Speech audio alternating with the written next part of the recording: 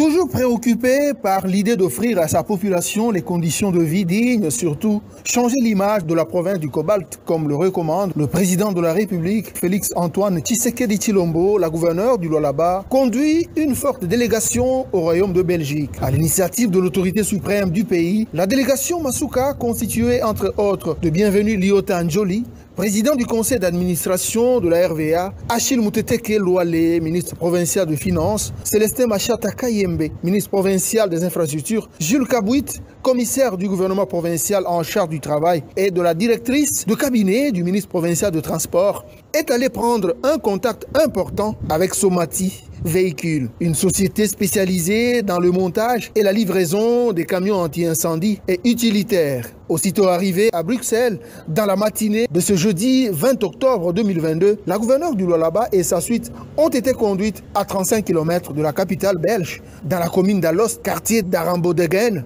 où se trouvent les installations de Somati. Tout a commencé par une séance d'échange dans la salle de réunion avec projection vidéo sur la qualité des engins sous les explications de Jean Chanfeller, directeur chargé de l'exploitation. Marie-Thérèse Masuka Saini et sa suite ont été amenés juste après dans l'atelier de montage des camions de secours, dans le magasin des pièces de réchange, la salle de montage des véhicules de police et d'anti-émeutes. La visite s'est clôturée par le parking, le bâtiment des extincteurs et le département d'après-vente. La gouverneure du Lualaba veut s'imprégner des modalités d'acquisition des camions anti-incendie pour la nouvelle aérogare moderne de Kolosi, dont l'inauguration est prévue incessamment. Nous sommes ici.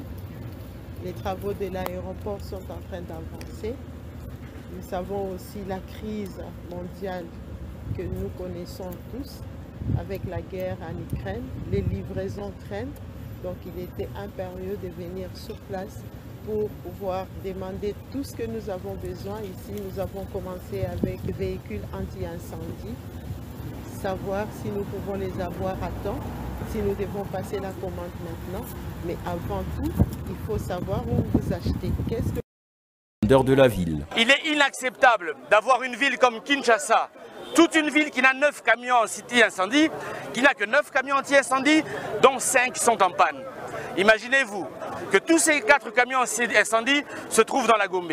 Et si un incendie se déclare à Massina ou à Baloukou, comment on fait avec les embouteillages?